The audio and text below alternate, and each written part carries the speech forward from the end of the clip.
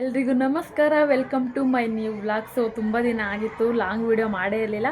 So ಇವತ್ತು ಒಂದು long video ಮಾಡೋಣ ಅಂದ್ಬಿಟ್ಟು ನಿಮ್ಮ ಜೊತೆ ಶೇರ್ ಮಾಡ್ಕೊತಾ ಇದ್ದೀನಿ. ಆ್ಯಕ್ಚುಲಿ ಇವತ್ತು ಶುಕ್ರವಾರ, ಸ್ವಲ್ಪ ಅಡ್ಜಸ್ಟ್ ಮಾಡ್ಕೊಳ್ಳಿ ವೆಹಿಕಲ್ ಸೌಂಡು. ಆ್ಯಕ್ಚುಲಿ ಇವತ್ತು ಶುಕ್ರವಾರ. ಸೊ ನಮ್ಮ ಮನೆಯವರು ಇಲ್ಲ, ಬೆಳಗ್ಗೆನೇ ಕೆಲಸಕ್ಕೆ ಅಂತ ಹೋಗಿದ್ದಾರೆ. ಇವಾಗ ನಾನು ಸ್ನಾನ ಮಾಡ್ಕೊಂಬಂದು ಫ್ರೆಶ್ ಅಪ್ ಎಲ್ಲ ಆಗಿ ಸೊ ಪೂಜೆ ಮಾಡಬೇಕು ಅಂದ್ಬಿಟ್ಟು ಪೂಜೆಗೆ ರೆಡಿ ಮಾಡ್ಕೊತಾ ಇದ್ದೀನಿ. ಸೊ ದೇವ್ರ ಸಾಮಾನೆಲ್ಲ ಇನ್ನೂ ಏನು ಐಟಮ್ಸ್ ತೊಳ್ಕೊಂಡಿಲ್ಲ, ಇವಾಗ ತೊಳ್ಕೊಂಡು ಸೊ ಪೂಜೆನೆಲ್ಲ ಸ್ಟಾರ್ಟ್ ಮಾಡ್ಕೊಳ್ಳೋಣ ಬನ್ನಿ. ಇನ್ನು ನಮ್ಮ ಮನೇಲಿ ಬಂದ್ಬಿಟ್ಟು 2 ಕಳಸನ ನಾವು ಕೂರಿಸೋದು. ಅಂದರೆ ಒಂದು ನಮ್ಮ ಮನೆ ದೇವರಾದ ನರಸಿಂಹಸ್ವಾಮಿಗೆ ನಾರ್ಮಲ್ ಎಲೆ ಇಟ್ಬಿಟ್ಟು ಕಳಸನ ಇಡ್ತೀನಿ.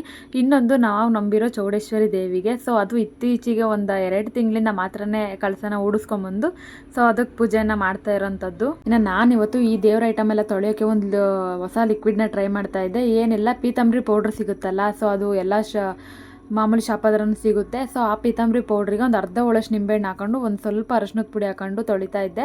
ಬಟ್ ನೀವೇ ನೋಡ್ತಾ ಇರ್ಬೋದು ಗಲೀಜು ಎಷ್ಟು ನೀಟಾಗಿ ಹೋಗ್ತಾ ಇದೆ ಅಂದ್ಬಿಟ್ಟು. ನಾನು ಆ್ಯಕ್ಚುಲಿ ಇದು ಫಸ್ಟ್ ಟೈಮ್ ಟ್ರೈ ಮಾಡಿದ್ದು, ನನಗೆ ಮಾತ್ರ ರಿಸಲ್ಟ್ ಚೆನ್ನಾಗಿರೋದೇ ಸಿಕ್ಕಿದೆ. ನೀವು ಬೇಕು ಅಂದರೆ ಟ್ರೈ ಮಾಡಿ, ನೋಡ್ತಾ ಇರ್ಬೋದು ಎಷ್ಟು ಸಖತ್ತಾಗಿ ಆಗಿದೆ ಅಂತ. ಇನ್ನು ಮಾರ್ಕೆಟಲ್ಲಿ ನಮ್ಮ ಮನೆಯವರು ಬೆಳಗ್ಗೆನೇ ಹೂವು ತರೋಕ್ಕಾಗಿರಲಿಲ್ಲ, ಅವ್ರು ಕೆಲ್ಸಕ್ಕೆ ಹೋಗಿದ್ರಿಂದ. ಬಂದವ್ರ ಹತ್ರ ಮನೆ ಹತ್ರನೇ ಮಾರ್ಕೊಂಬಂದಿರಲ್ಲ, ಸೊ ಅವ್ರ ಹತ್ರನೇ ಹೂವನ್ನೆಲ್ಲ ತೊಗೊಂಡು ಎತ್ತಿಟ್ಕೊಂಡಿದ್ದೆ. ಇನ್ನು ಲೇಟ್ ಮಾಡೋದು ಬೇಡ ಅಂದ್ಬಿಟ್ಟು ಸೊ ದೇವ್ರುಗಳಿಗೆಲ್ಲ ಅಲಂಕಾರ ಮಾಡಿಕೊಂಡು ಕಳಸನೆಲ್ಲ ಕ್ಲೀನಾಗಿ ಇಡ್ತಾ ಇದ್ದೆ. ಇನ್ನು ಆ ತೆಂಗಿನಕಾಯಿ ನೋಡ್ತಾ ಇರ್ಬೋದು, ಅದು ಫಸ್ಟು ನಾವು ನಮ್ಮ ಚೌಡೇಶ್ವರಿ ದೇವಸ್ಥಾನಕ್ಕೆ ಹೋದಾಗ ನಮಗೆ ಕೊಟ್ಟಿದ್ದು 9 ವಾರ ಪೂಜೆ ಮಾಡಲಿ ಅಂತ ಕೊಟ್ಟಿದ್ದು. ಸೊ ಆ ತೆಂಗಿನಕಾಯಿನ ನಾವು ಇನ್ನೂ ಪೂಜೆ ಮಾಡ್ತಾನೇ ಇದ್ದೀವಿ.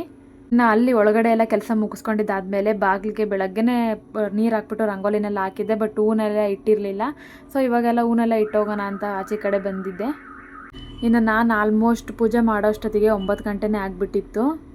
ನನಗೆ 8:30 ಇಂದ 9 ಗಂಟೆ ಅಷ್ಟೊತ್ತಿಗೆ ಪೂಜೆ ಮಾಡಿಸಿದ್ರೇ ಅದು ಮನಸ್ಸಿಗೆ ಸಮಾಧಾನ ಅನಿಸೋದು, ಇಲ್ಲಾಂದರೆ ಏನೋ ಒಂಥರ ಬೇಜಾರಾಗ್ತಾ ಇರುತ್ತೆ. ಸೊ ಇವತ್ತೊಂದು ಹಾಫ್ ಸ್ಯಾರಿ ಫಂಕ್ಷನ್ ಇತ್ತು. ಇನ್ನು ನಿನ್ನೆ ಮೊನ್ನೆಲ್ಲ ಅದ್ರದ್ದು ಅವ್ರದ್ದೇ ಬ್ಲೌಸ್ಗಳನ್ನ ಸ್ಟಿಚ್ ಮಾಡಿ ಕೊಟ್ಟಿದ್ದೆ. ಇನ್ನು ಅವತ್ತು ಮಧ್ಯಾಹ್ನ 12 ಗಂಟೆ ಹೆಂಗಿತ್ತು. ಸೊ ಮಳೆ ಬಂದಿದ್ದರಿಂದ ಹೋಗೋಕ್ಕಾಗಿರಲಿಲ್ಲ. 1 ಗಂಟೆ ಮೇಲೆ ಹೋದ್ವಿ.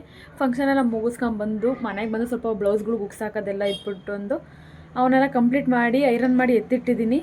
ಇನ್ನು ಸಂಜೆ ಆಯ್ತಲ್ಲ ಅಂದ್ಬಿಟ್ಟು ಪೂಜೆನ ಮುಗಿಸ್ಕೊಂಡು ಇನ್ನು ಬಟ್ಟೆ ಎಲ್ಲ ನೆನೆ ಸೆಣದಾಕಿದ್ದೆ. ಸೊ ನೀರು ಬಿಟ್ಟಿದ್ರು ಅಂದ್ಬಿಟ್ಟು ವಾಷಿಂಗ್ ಮಿಷಿನ್ ಏನೋ ಆಗ್ಬಿಟ್ಟು ಕೆಟ್ಟೋಗಿದೆ. ಸೊ ಹಂಗಾಗಿ ಕೈಲಿ ಸೆಣದಿದ್ದೆ. ಏನು ಎತ್ತಿ ಎಲ್ಲ ಮಡಚಿಡೋಣ ಅನ್ನೋಷ್ಟೊತ್ತಿಗೆ ಕಬೋರ್ಡ್ನ ಎಲ್ಲ ಫುಲ್ ಕ್ಲೀನ್ ಮಾಡಿಬಿಟ್ರೆ ಬೆಸ್ಟ್ ಅಲ್ವಾ ಅಂದ್ಬಿಟ್ಟು ಇನ್ನು ನಮ್ಮ ಮನೆಯವ್ರು ಬಟ್ಟೆ ತಗೊಳಕ್ಕೆ ಹೋಗಿ ಇಡೀ ಬಟ್ಟೆನೆಲ್ಲ ಬೀಳಿಸಿ ಮತ್ತೆ ಹಂಗೆ ಎಲ್ಲ ಎತ್ತಿಕ್ಬಿಟ್ಟಿರ್ತಾರೆ.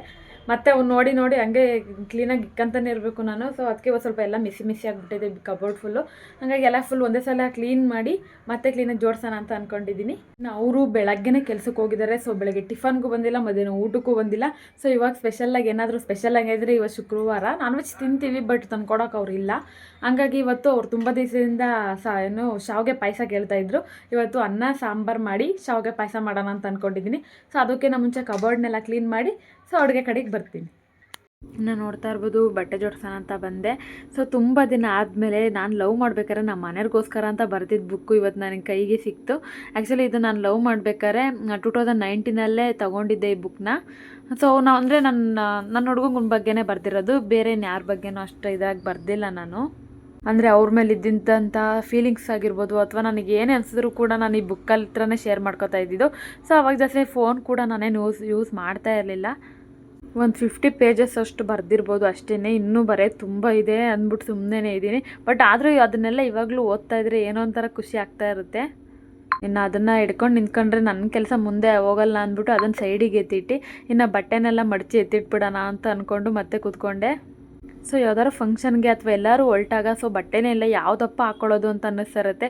ಈ ಥರ ಎಲ್ಲ ಫುಲ್ ಕಬೋರ್ಡ್ನೆಲ್ಲ ಕ್ಲೀನ್ ಮಾಡಿದಾಗ ಒಂದೇ ಕಡೆ ಗುಡ್ಡೆ ಹಾಕೊಂಡಾಗ ಅನಿಸುತ್ತೆ, ಅಯ್ಯೋ ಇಷ್ಟೊಂದು ಬಟ್ಟೆ ಇದೆಯಾ, ಇದು ಯಾವುದನ್ನೂ ನಾನು ಇಕ್ಕೋಣದೇ ಇಲ್ವಲ್ಲ ಅಂತ ಅನ್ನಿಸ್ತಾ ಇರುತ್ತೆ. ಸೊ ಇವತ್ತು ನನಗೂ ಅದೇ ಥರ ಅನ್ನಿಸ್ತಾ ಇತ್ತು. ಇನ್ಮೇಲಾದರೂ ಆ ಬಟ್ಟೆ ತಗೊಳೋದನ್ನ ಸ್ವಲ್ಪ ಕಡಿಮೆ ಮಾಡಬೇಕು, ಆಲ್ರೆಡಿ ಇಷ್ಟೊಂದು ಜೊತೆ ಬಟ್ಟೆ ಇದೆಯಲ್ಲ ಅಂತ ಅನ್ನಿಸ್ತಾ ಇತ್ತು ನನಗಂತೂ. ಇನ್ನು ಆಲ್ಮೋಸ್ಟ್ ನಮ್ಮ ಮನೆಯವ್ರದ್ದು ಅಷ್ಟೇ, ತುಂಬ ಶರ್ಟ್ಗಳಿದ್ರು ಅವರಿಗೆ ಇಕ್ಕೊಂಡಿದ್ದನ್ನೇ ಇಕ್ಕಂತ ಇರ್ತಾರೆ, ಜಾಸ್ತಿ ಇಕ್ಕೊಳೋದೇ ಇಲ್ಲ. ಫೈನಲಿ ಎಲ್ಲ ಜೋಡಿಸಿ ಎತ್ತಿಟ್ಟಾದಮೇಲೆ ಸೊ ಈ ಸಲ ನಮ್ಮ ಮನೆಯವ್ರದ್ದು ನಂದು ಎಲ್ಲ ಸ್ವಲ್ಪ ಮಿಕ್ಸಲ್ಲೇ ಇಕ್ಕಿದ್ದೀನಿ ಅಂತಲೇ ಹೇಳ್ಬೋದು. ಇನ್ನು ಅಲ್ಲಿ ನಾನು ನಾರ್ಮಲಾಗಿ ಸೆಟ್ಸ್ಗಳ್ನ ಇಕ್ಕೊಂಡಿದ್ದೀನಿ, ಈ ಕಡೆ ನಮ್ಮ ಮನೆಯವ್ರು ಡೈಲಿ ವೇರ್ಗಳನ್ನ ಇಕ್ಕೊಂಡಿದ್ದೀನಿ. ಇನ್ನು ಈ ಕಡೆ ಬಂದರೆ ಡೈಲಿ ಯೂಸ್ನು ನಂದು, ಮತ್ತು ನಮ್ಮ ಮನೆಯವ್ರು ಅಪರೂಪಕ್ಕೆಲ್ಲರೂ ಹೊರಗಡೆ ಹೋಗ್ಬೇಕಾದ್ರೆ ಇಕ್ಕೊಂಡಿರ್ತಾರೆ ಅವರು ಪ್ಯಾಂಟ್ ಶರ್ಟ್ಗಳು ಮಾತ್ರ ಇಟ್ಟಿದ್ದೀನಿ. ಇನ್ನು ಜೀನ್ಸ್ ಪ್ಯಾಂಟ್ ಸಪ್ರೇಟ್ ಇಕ್ಕಿದ್ದೀನಿ, ಇನ್ನು ಫಾರ್ಮಲ್ಸ್ ಎಲ್ಲ ಸಪ್ರೇಟ್ ಇಕ್ಕಿದ್ದೀನಿ. ಇನ್ನು ಅದನ್ನೆಲ್ಲ ಎತ್ತಿಟ್ಟು ಆದಮೇಲೆ ಸೊ ಅನ್ನ ಸಾಂಬಾರು ಮಾಡೋಣ ಅಂತಲೇ ಅಂದ್ಕೊಂಡೆ. ಸೊ ಅವರು ಅನ್ನ ಸಾಂಬಾರು ಬೇಡ, ಈಗ ಒಂದು ಟೈಮ್ಗೆ ಎಗ್ ಗ್ರೇವಿ ಮತ್ತು ರೈಸ್ ಮಾಡಿ ಪೂರಿ ಮಾಡು ಅಂತ ಹೇಳಿದರು. ಸೊ ಹಂಗಾಗಿ ಇನ್ನೇನು ಮಾಡೋದು ಅಂತ ಅವ್ರು ಹೇಳಿದ್ದನ್ನೇ ಮಾಡೋಣ ಅಂತ ಅಂದ್ಕೊಂಡೆ. ಸೊ ಅದ್ರ ಜೊತೆ ಒಂದು ಆ್ಯಡ್ ಮಾಡ್ತಾಯಿದ್ದೀನಿ, ಏನಂದರೆ ಪಾಯಸ ಒಂದು ಮಾಡ್ತಾಯಿದ್ದೀನಿ, ಶಾವಿಗೆ ಪಾಯಸ. ಆ್ಯಕ್ಚುಲಿ ನನ್ನ ಫೇವ್ರೇಟ್ ಬಂದ್ಬಿಟ್ಟು ಹೆಸರುಬೇಳೆ ಪಾಯಸನೇ ಆಗಿರುತ್ತೆ. ಬಟ್ ನಂಗೆ ಶಾವಿಗೆ ಪಾಯಸ ಅಷ್ಟೊಂದು ಇಷ್ಟ ಆಗಲ್ಲ, ಹಾಲು ಹಾಕ್ಬಿಟ್ಟು ಮಾಡ್ತಾರಲ್ಲ ಅಂದ್ಬಿಟ್ಟು.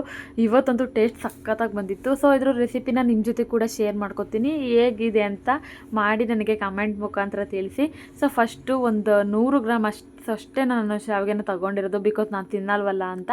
ಸೊ ಶಾವಿಗೆನ ಫಸ್ಟು ಕ್ಲೀನಾಗಿ ಸಣ್ಣ ಊರಿನಲ್ಲಿ ರೋಸ್ಟ್ ಮಾಡ್ಕೋಬೇಕು. ನೆಕ್ಸ್ಟ್ ಇನ್ನು ಹಾಲನ್ನ ಕಾಯಕ್ಕೆ ಇಟ್ಕೊಂಡು, ಸೊ ಅದು ಕುದೀತಿರೋ ಟೈಮಲ್ಲಿ ಸಕ್ಕರೆ ಹಾಕೋಬೇಕು. ಅಂದರೆ ನಿಮ್ಮ ಸ್ವೀಟ್ ತಕ್ಕನಾಗೆ ಎಷ್ಟು ಬೇಕೋ ನಿಮಗೆ ಅಷ್ಟು ಸಕ್ಕರೆನೆಲ್ಲ ಆ್ಯಡ್ ಮಾಡ್ಕೊಳ್ಳಿ. ಸಕ್ಕರೆನೆಲ್ಲ ಆ್ಯಡ್ ಮಾಡ್ಕೊಂಡು ಆದಮೇಲೆ ಸ್ವಲ್ಪ ಹೊತ್ತು ಕೈನ ಆಡಿಸ್ತಾ ಇರಬೇಕು. ಅಂದರೆ ಏನೂ ಆಗಲ್ಲ, ಸಣ್ಣ ಉರಿ ಇಟ್ಕೊಳ್ಳಿ, ಇಲ್ಲಾಂದರೆ ಉಕ್ಬಿಡುತ್ತೆ ಸುಮ್ಮನೆ. ಸೊ ಇದು ಕುದೀತಿರೋ ಟೈಮಲ್ಲೇ ಪಕ್ಕದಲ್ಲೇ ಗ್ರೇವಿ ಮಾಡ್ಕೊಳ್ಳೋಣ ಅಂದ್ಬಿಟ್ಟು ಈರುಳ್ಳಿ ಎಲ್ಲ ಹೆಚ್ಕೊಂಡು ಇಟ್ಕೊಂಡಿದ್ದೆ. ಸೊ ಇನ್ನು ಅದಕ್ಕೂ ಕೂಡ ಒಗ್ಗರಣೆನೆಲ್ಲ ಹಾಕೋಬಿಡೋಣ ಅಂತ ಹಾಕೊತಾ ಇದ್ದೆ. ಸೊ ಇದು ಚೆನ್ನಾಗಿ ಕುದ್ದಿದ್ದಾದಮೇಲೆ ಸ್ವಲ್ಪ ಹೊತ್ತು ಬಿಟ್ಟು ಶಾವಿಗೆನೆಲ್ಲ ಹಾಕ್ಕೊಂಡು ಕ್ಲೀನಾಗಿ ಕೈ ಆಡಿಸ್ತಾ ಇರಬೇಕು. ಜಾಸ್ತಿ ಫ್ಲೇಮ್ನ ಕೊಟ್ಕೊಳಕ್ಕೆ ಹೋಗಬೇಡಿ, ಕಡಿಮೆ ಫ್ಲೇಮಲ್ಲೇ ಅದು ಫ್ರೈ ಆಗ್ತಾ ಇರಲಿ. ಕ್ಲೀನಾಗಿ ಸ್ವಲ್ಪ ಹೊತ್ತು ಕೈನ ಆಡಿಸ್ತಾನೆ ಇರಿ. ಅದಾದಮೇಲೆ ಸ್ವಲ್ಪ ಏಲಕ್ಕಿನ ಕುಟ್ಟಿ ಪುಡಿ ಮಾಡಿ ಆ್ಯಡ್ ಮಾಡ್ಕೊಂಡಿದ್ದೀನಿ. ಸೊ ವೀಡಿಯೋದಲ್ಲಿ ಅದು ಮಿಸ್ ಆಗಿಬಿಟ್ಟಿದೆ ಕ್ಲಿಪ್ಪಿಂಗು. ಸೊ ನೀವು ಕೂಡ ಏಲಕ್ಕಿನ ಹಾಕ್ಕೊಳ್ಳೇಬೇಕು, ಇಲ್ಲಾಂದರೆ ಅದು ಟೇಸ್ಟೇ ಚೆನ್ನಾಗಿರಲ್ಲ ಅಂತಲೇ ಹೇಳ್ಬೋದು. ಇನ್ನು ಈ ಕಡೆ ಮೊಟ್ಟೆ ಗ್ರೇವಿಗೆ ಸೊ ಎಗ್ನೆಲ್ಲ ಬೇಯಿಸಿ ಕಟ್ ಮಾಡಿ ಎತ್ತಿಟ್ಕೊಂಡಿದ್ದೀನಿ. ಗ್ರೇವಿ ಮಾಡೋಕ್ಕೆ ಸ್ವಲ್ಪ ಎಲ್ಲ ಒಗ್ಗರಣೆ ಹಾಕ್ಕೊಂಡು ಅದಕ್ಕೆ ಸ್ವಲ್ಪ ನೀರು ಆ್ಯಡ್ ಮಾಡಿಕೊಂಡು ಕುದೀತಿರೋ ಟೈಮಲ್ಲಿ ಎಗ್ನ ಆ್ಯಡ್ ಮಾಡ್ಕೊಳ್ತಾ ಇದ್ದೀನಿ. ಇನ್ನು ಈ ಕಡೆ ಪಾಯಸಕ್ಕೆ ಲಾಸ್ಟಿಗೆ ಒಂದು 10 ರೂಪೀಸ್ದು ಬಾದಾಮಿ ಪೌಡ್ರ್ ಸಿಗುತ್ತೆ. ಸೊ ಅದು ಎಲ್ಲ ಶಾಪಲ್ಲೂ ಸಿಗ್ತಾ ಇರುತ್ತೆ, ಅದನ್ನು ತಂದು ಆ್ಯಡ್ ಮಾಡ್ಕೊಳ್ಳಿ. ನಿಜವಲ್ಲೂ ಟೇಸ್ಟ್ ಮಾತ್ರ ಸಖತ್ತಾಗಿದೆ. ಇದು ಆ್ಯಕ್ಚುಲಿ ನಮ್ಮ ಅಕ್ಕ ಕೊಟ್ಟಿದ್ದ ಐಡಿಯಾ, ಟೇಸ್ಟ್ ಚೆನ್ನಾಗಿರುತ್ತೆ, ಒಂದ್ಸಲಿ ಟ್ರೈ ಮಾಡು ಅಂತ. ಸೊ ನಿಜವಲ್ಲೂ ನನಗಂತೂ ಫೇವ್ರೇಟ್ ಆಗಿಬಿಡ್ತು ಶಾವಿಗೆ ಪಾಯಸ, ಅಷ್ಟು ಸೂಪರಾಗಿ ಬಂದಿತ್ತು. ಇನ್ನು ಈ ಕಡೆನೂ ಕೂಡ ಮೊಟ್ಟೆನೆಲ್ಲ ಆ್ಯಡ್ ಮಾಡಿಕೊಂಡು ಸ್ವಲ್ಪ ಹೊತ್ತು ಕುದಿಸಿದಾದ್ಮೇಲೆ ಲಾಸ್ಟಿಗೆ ಕೊತ್ತಂಬರಿ ಸೊಪ್ಪನ್ನೆಲ್ಲ ಆ್ಯಡ್ ಮಾಡಿಕೊಂಡು ಫ್ಲೇಮ್ನ ಆಫ್ ಮಾಡಿದೆ. ಆಲ್ಮೋಸ್ಟ್ ನನ್ನ ಅಡುಗೆ ಕೆಲಸ ಎಲ್ಲ ಫುಲ್ ಕಂಪ್ಲೀಟಾಗಿ ಮುಗ್ದಿತ್ತು. ಇನ್ನು ಗ್ರೇವಿನೆಲ್ಲ ಮಾಡಿದ್ದಾದಮೇಲೆ ಸೊ ಪಾಯಸ ನೋಡ್ತಾ ಇರ್ಬೋದು ಎಷ್ಟು ಕನ್ಸಿಸ್ಟೆನ್ಸಿಯಾಗಿ ಸೂಪರಾಗಿ ಬಂದಿದೆ ಅಂತಲೇ. ನಿಜವಲ್ಲೂ ಸಖತ್ತು ಡಿಲಿಷಿಯಸ್ ಆಗಿತ್ತು ಅಂತಲೇ ಹೇಳ್ಬೋದು. ನನಗಂತೂ ಫೇವ್ರೇಟ್ ಆಯಿತು ಅಂತಲೇ ಹೇಳಿದ್ರು ತಪ್ಪಾಗೋದಿಲ್ಲ. ಇನ್ನು ನಮ್ಮ ಮನೆಯವ್ರು ಬಂದಿದ್ದ ತಕ್ಷಣ ಇನ್ನೇನು ಕೈಕಾಲು ಮುಖ ತಕ್ಕೊಳ್ಳೋಕ್ಕೆ ಅಂತ ಹೋದರು. ನಾನು ಅಷ್ಟೊತ್ತಿಗೆ ಪೂರಿನೆಲ್ಲ ಮಾಡಿಬಿಡೋಣ ಅಂತ ಅಂದ್ಕೊಂಡು ಪೂರಿಗೆಲ್ಲ ಏನು ಬೇಕು ಅಂತ ಅರ್ಧಿ ಎತ್ತಿಟ್ಕೊತಾ ಇದ್ದೆ. ನಾರ್ಮಲ್ ಡೈಲಿ ಊಟ ಮಾಡೋದು 8:30 ಇಲ್ಲ 9 ಗಂಟೆ ಆಗೇ ಆಗುತ್ತೆ. ಸೊ ಅವ್ರು ಬರೋ ಅಷ್ಟೊತ್ತಿಗೆ ನೈಟ್ ಇವತ್ತು 10:30ನೇ ಆಗಿಬಿಟ್ಟಿತ್ತು. ಅಂದರೆ ಕೆಲಸ ಮುಗಿಯೋದು ಅಷ್ಟೊತ್ತಾಗಿತ್ತಂತೆ. ಇನ್ನು ಅವ್ರು ಬರೋರ್ಗೂ ನಾನು ಅಷ್ಟೇ ಊಟ ತಿಂಡಿ ಏನು ಮಾಡೋಕ್ಕೋಗಲ್ಲ. ಮಿಸ್ಸಾಗಿ ಅವ್ರು ಬರಲ್ಲ ಅಂದರೆ ನನಗೆ ಕಾಲ್ ಮಾಡಿ ಹೇಳ್ತಾರೆ, ಸೊ ನೀನು ಮಾಡು ಅಂತ. ಸೊ ಆವಾಗಲೇ ನಾನು ಊಟ ತಿಂಡಿ ಮಾಡೋದು. ಅವ್ರಿಗೋಸ್ಕರ ಎಷ್ಟೊತ್ತಾದ್ರೂ ನಾನು ವೆಯ್ಟ್ ಮಾಡ್ತಾ ಇರ್ತೀನಿ. ಅದೇನೋ ಗೊತ್ತಿಲ್ಲ, ಅವ್ರ ಜೊತೆ ಕೂತ್ಕೊಂಡು ಊಟ ಮಾಡಿದ್ರೆ ಏನೋ ಒಂಥರ ನೆಮ್ಮದಿ, ಸಂತೋಷ. ಬೆಳಗ್ಗಿಂದ ಆಗಿರೋದೆಲ್ಲ ಅವರು ಶೇರ್ ಮಾಡ್ತಾ ಇರ್ತಾರೆ, ಅಥವಾ ಬೆಳಗಿಂದ ಏನೇನು ಇನ್ಸಿಡೆಂಟ್ ಆಗಿತ್ತು ಅಂತ ನಾನು ಶೇರ್ ಮಾಡ್ಕೊಳ್ತಾ ಇರ್ತೀನಿ. ಸೊ ಹಂಗಾಗಿ ಜೊತೇಲಿ ಊಟ ಮಾಡೋದು ಒಂಥರ ಬೆಸ್ಟ್ ಮೆಮೊರಿ ಅಂತಲೇ ಹೇಳ್ಬೋದು.